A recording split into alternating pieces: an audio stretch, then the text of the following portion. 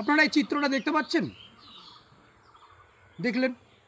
এই পুলিশ কিন্তু না পাকিস্তানের পুলিশ না বাংলাদেশের পুলিশ, এই পুলিশ হলো আমাদের উত্তরপ্রদেশের পুলিশ। আপনারা হয়তো শুনেছেন যে সংসদ ভবনে নারীদের অধিকার, নারীদের সমান অধিকার নিয়ে বিল এনেছে বিজেপি সরকার। আর আপনারা হয়তো দেখেছেন যে বিভিন্ন যেহেতু রাজ্যে এই মুহূর্তে ভোট রয়েছে, সেই মুহূর্তে বিজেপি বড় বড় গলা ফাটিয়ে বলছে নারী সম্মান, নারীদের অধিকার নিয়ে কথাবার্তা।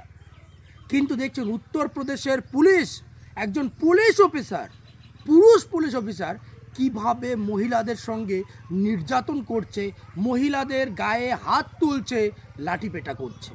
কোন আইনে, কোন নিয়মে একজন পুরুষ পুলিশ অফিসার মহিলাদের উপর হাত তোলে? কোন আইনে? দেশে কোন গণতন্ত্র এসেছে? দেশে কোন আইন শৃঙ্খলা চলছে?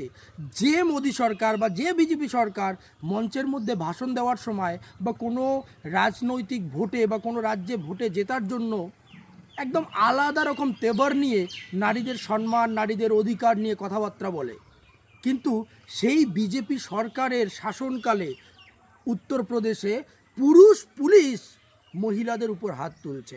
তাহলে ভাবুন, আপনারা কি চান যে পশ্চিমবঙ্গেও এই ধরনের শাসন আসুক, এই ধরনের নারী সম্মান আসুক, এই ধরনের নারী অধিকার আসুক, এই ধরনের নারীদের সুরক্ষা আসুক? আপনারা চান? সিদ্ধান্ত কিন্তু আপনাদের নেওয়ার।